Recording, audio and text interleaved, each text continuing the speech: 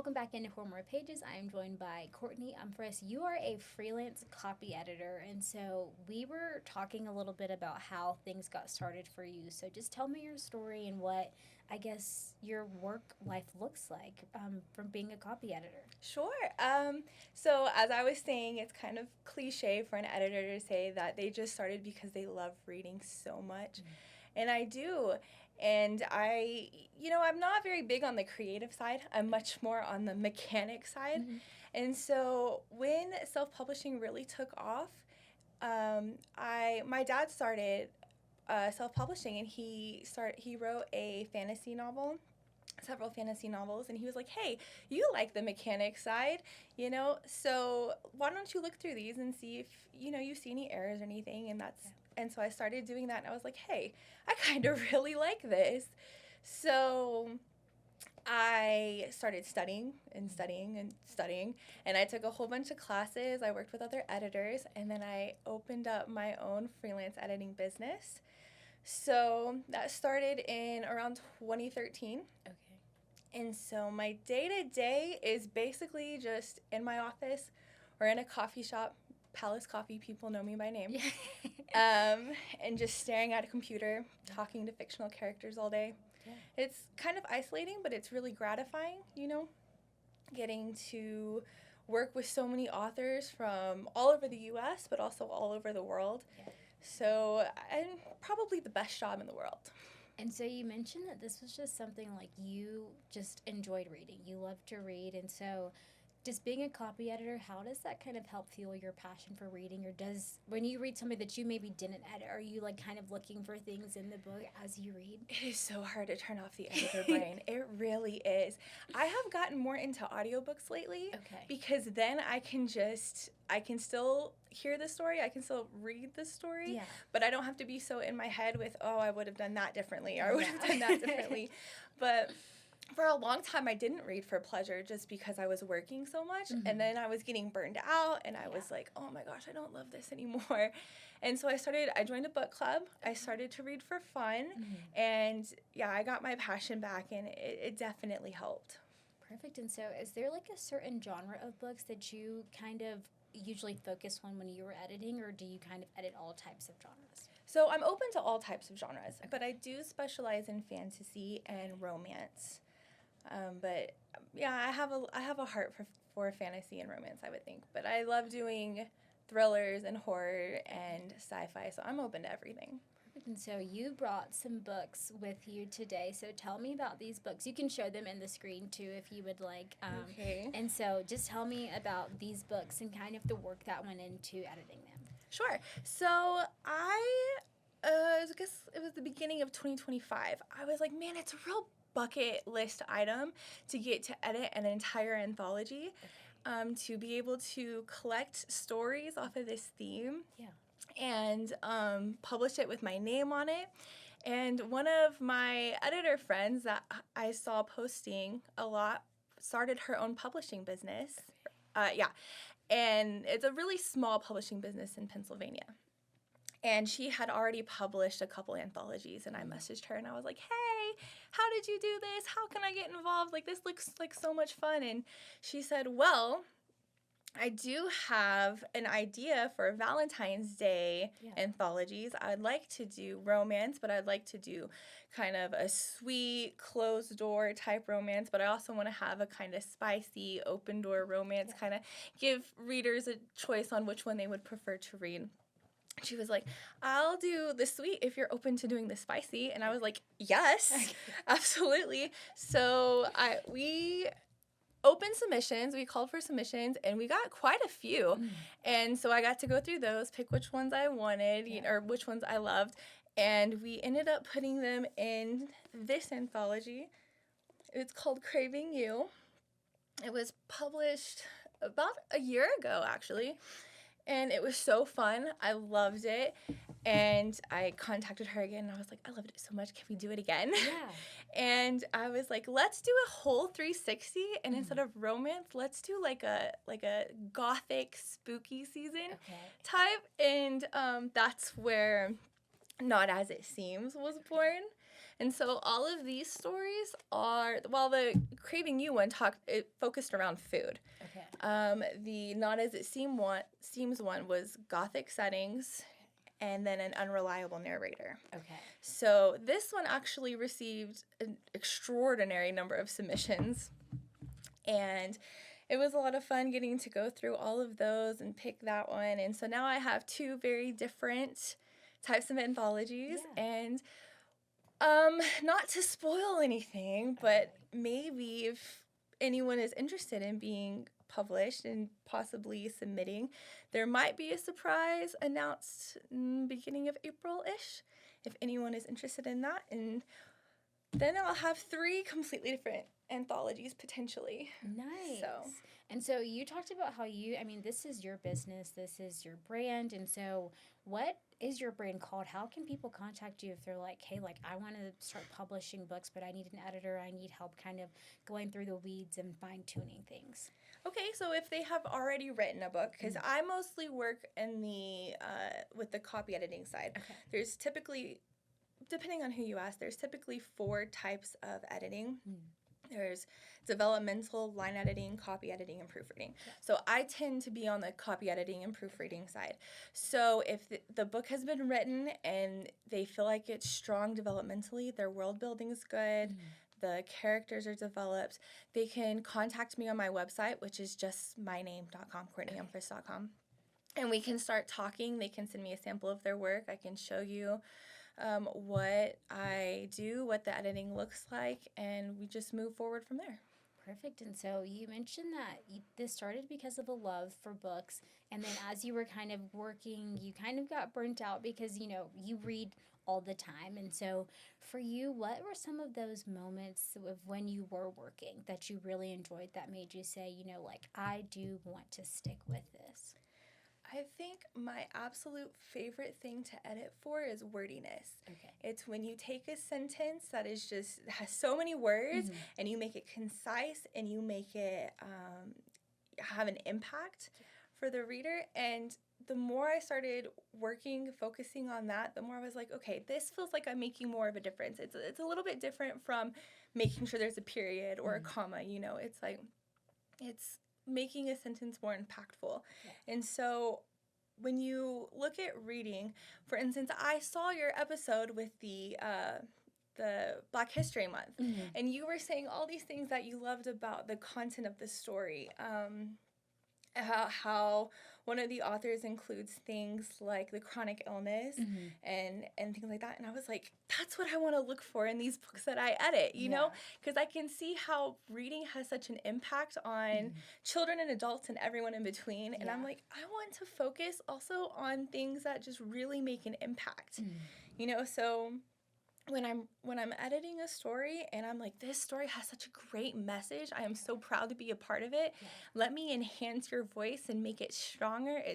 It becomes a lot more gratifying to me. So that's why it was so important for me to read for pleasure, because it's like I need to remember the end result. Yes.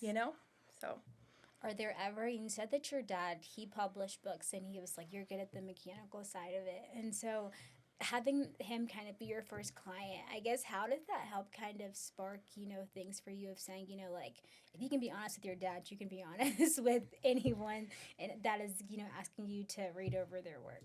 It's funny. My dad, I think, has been the harshest critic for me. He's been the one like, oh, I don't think I would do it that way. And so it was kind of a little bit of a learning curve there. But it's just also getting to see the creative side of it, because when you're staring at a screen all day and you're seeing words, sometimes you don't see the person behind them. And so being able to work with my dad on his books, it's like I could see his love for it. I can see the behind the scenes, and it makes it even more personal, which is really fun.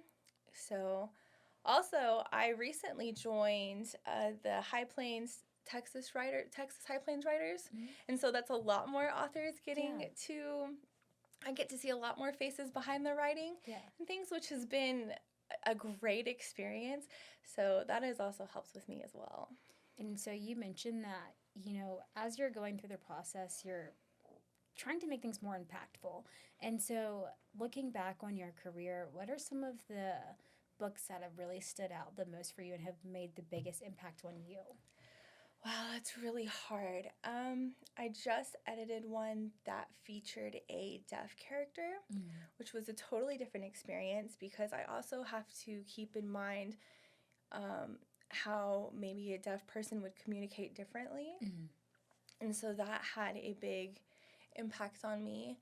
A lot of the fantasy ones that I've worked on, when you have to put your mind into another world and see how somebody would maybe create their own utopia or dystopia, and just how they would create the ruling system, the magic system, and everything. So, and being able to compare that with reality has made a big impact. And then just romance in general, just the safety net of a happy ending. There have been countless romance books that I have edited that I've been like, oh, this made me feel so happy. Yeah. And so that had a big impact on me as well. And you talked about how you were learning as you were going, you were working with other editors. And so what did that kind of education and experience look like, you know, to get where you are today? You know, these are the things that you needed to do to be able to be a successful copy editor. So when you're editing, you sometimes get into your own head, and for me, it takes two different directions. It's either you feel like you need to compete with all the other editors. You're like, I need all the clients for me, and, you know, like, I'm trying to do better than this person. And having a group of editors where we all work together and we all support each other, to me, was so important and took the competition out of my head, made it more of a collaboration thing, which honestly makes me a better editor. And then the other thing is just we're human, you know, editors are human. I'm sure you have read many books that had errors in them, and you're like, man, wasn't this edited? And most of the time, I mean, yeah, but a lot of editors will see those errors that slipped through, and then they're just so hard on themselves, and they're like, man, I cannot believe I missed that. Yeah. And so it's nice to have other editors to talk to and to work with and to be like, you know, that slipped through. It happens. Give yourself a little bit of grace and just keep moving forward. So being by yourself, it's so much harder to be able to get into that mindset. And so you mentioned that you've been doing this for about 13 years or so now, and so TikTok has become a huge part of books. And so have you noticed a difference in style of writing since, you know, TikTok really kind of kicked off and social media kicked off, and, you know, the book community kind of has grown? Sure. A lot of the content has been following popular tropes and genres, and really that's always been a thing, but with TikTok you can visually see how big of, like, such as romantasy, you can see how big of an impact that has gotten, and so more and more authors are like, let me figure out how I can write a story like that. And so yeah, you can definitely see these big trends that are happening through social media, and that affects the kind of work that I get and whatnot. Not so much the writing mechanics. I mean, there was a rumor going around for a long time that if you wrote with an M dash, which is that big long dash in a book, then it had to come from AI. And so a lot of people started getting rid of that. And I was like, that's not a sign of AI. That's just a sign of being human and knowing punctuation. Yeah. And so there are little changes like that. But for the most part, it's definitely, social media has definitely determined what genre is most prevalent. And so for you, has social media kind of helped your business grow and kind of opened you up to being able to edit different types of genres that maybe you hadn't thought of editing for? Sure. Like, when I first started, I was not, probably an embarrassing long amount of time, I did not advertise on social media just because I'm more introverted. I don't like putting myself in front of people. So I stayed away from social media, and then I was like, you know what? I'm a big girl. I can handle it. So I got an Instagram and have been posting consistently there, and I was like, oh my gosh, I have a big community here. And I've been able to see my authors advertise their own works and whatnot, and then it kind of just bloomed from there. As far as getting to edit other genres, a little. I mean, people see that I specialize in fantasy and romance, and so mostly authors are going to go with someone who specializes in their genre. But I have gotten a couple books that I'm like, I would have never seen this coming. Yeah. Like, I got one that was a grimdark one, which Okay. I had never even heard of. Yeah. But it just basically just really dark types of books, like murders and things like that. Okay. And I was like, hey, I kind of actually enjoy this Yeah. one. And so, but yeah, it mostly stays within the fantasy romance.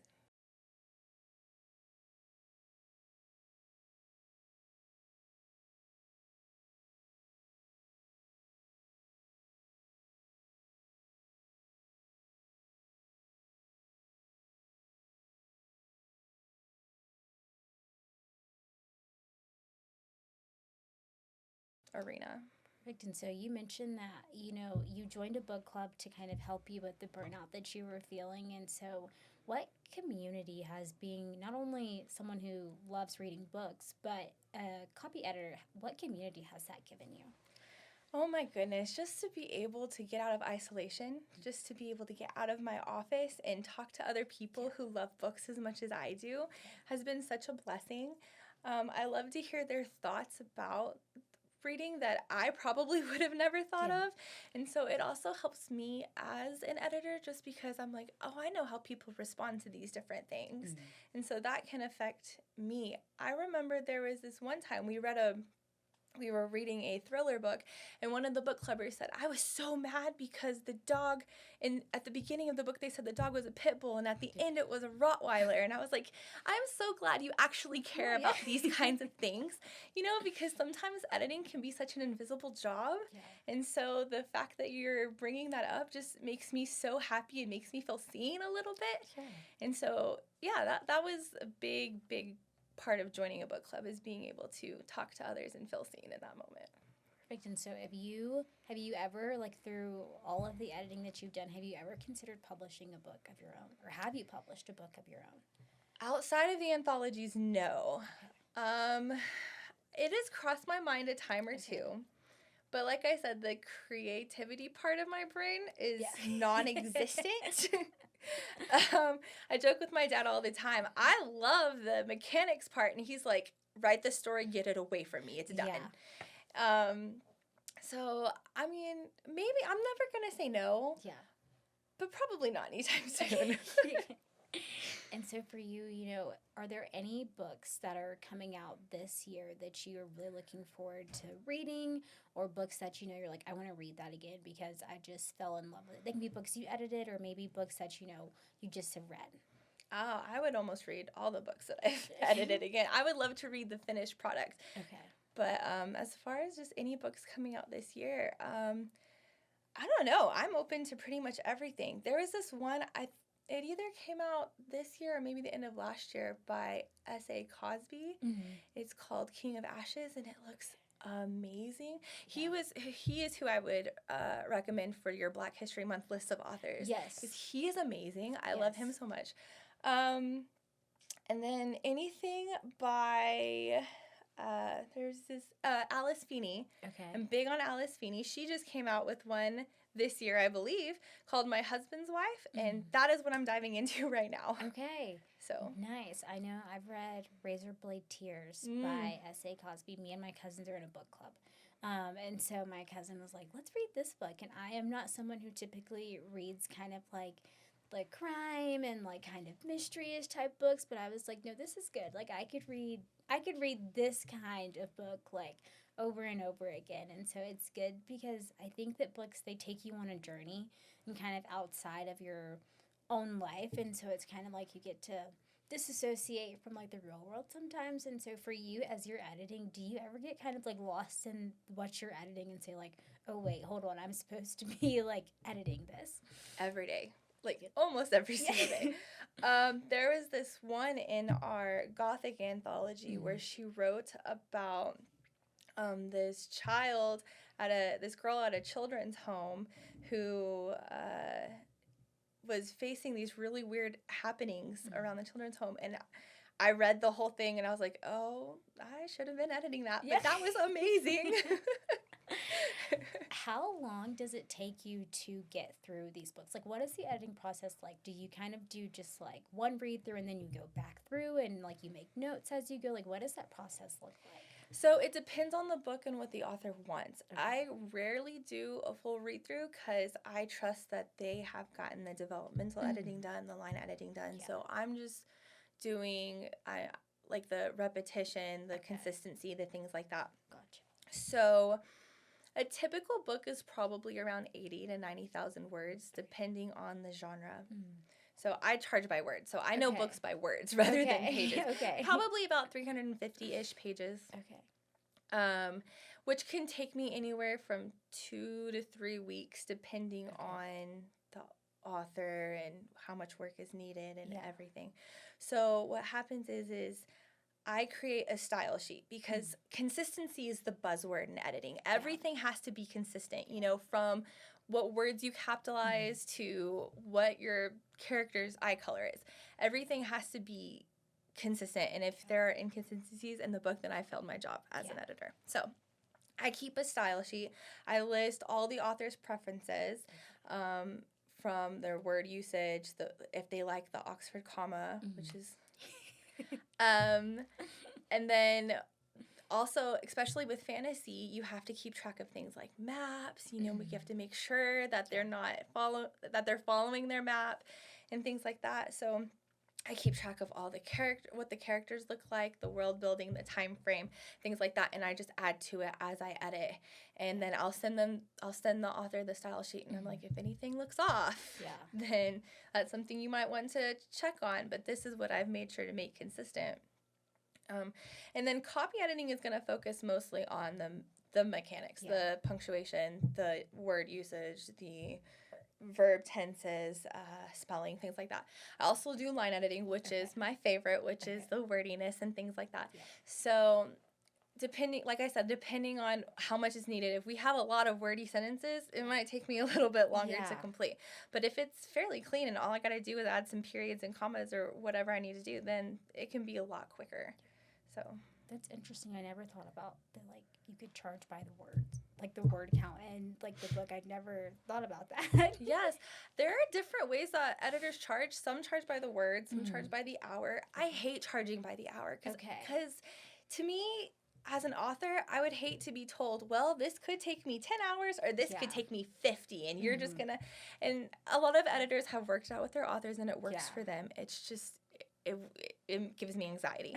So I'm able to say, I know how many words this is. This is how much I charge per word. This is how much the book is going to be.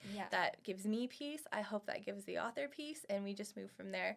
Other editors tend to do a level of work. Like if it's fairly clean, we'll charge you this much.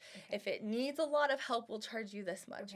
And so there are different types of charging that would work depending on the editor. That is fascinating. And so as we wrap things up, if there is someone who's like, this is something that I want to do, what are 4 tips that you would give people who are, you know, getting into copy editing, or maybe they're trying to figure out if it's something they want to do? The very first tip I would say is figure out what you want to copy edit. Do you want to do fiction, which typically makes maybe a little bit less money? Do you want to do nonfiction? Do you want to do technical work like medical or academic journals and things like that? That will tell you what you need to study because there are a billion style guides out there. I know in college, a lot of us studied like MLA and you know, things like AP, things like that. If you're going to edit fiction books, it's the Chicago Manual of Style. The Chicago Manual of Style is like this thick. It's huge. And it changes, I don't want to say all the time, but it's on its 18th edition right now. So studying the style guide of the type of editing that you want to do would be the next step. Just you're going to have to read that thing front to back. You're going to have to study it. You're going to have to make notes. And then you're going to have to leave notes in the book because there's no way you're going to remember all that. I, to this day, look up rules every day. So the next step is to find a community, I would say. Surround yourself with editors or with publishing professionals who are there to have your back. And to tell you, you're gonna make mistakes. Your first editing bits are gonna be terrible. But we've got your back, and you'll grow and you'll learn. Mm. And then there are tons of training out there. People get intimidated because the editing you can get, I don't think it's a certificate, but it's like editing classes that you can take that can be hundreds to thousands of dollars. And it's like, maybe I don't want to do that for it, especially with freelance, because it can be up and down. Sometimes you can make a lot, sometimes not so much. But there are tons of classes out there that are much more affordable that you can find to help you grow as an editor and to make you feel more confident. Yeah. Perfect. Well, Courtney, I appreciate you being here with me today. This was fun. It was. It's a new perspective because, we talk about books on here, but not always the process behind, like what it takes to get to actually reading a book and going and seeing it in stores or online or whatever it is. So this was a new perspective. Yeah, absolutely. I'm so glad that I could share the world of editing with you. Yes, this was fun. Thank you for being here with us today. That's all for this episode of 4 More Pages. I'll see you on the next one.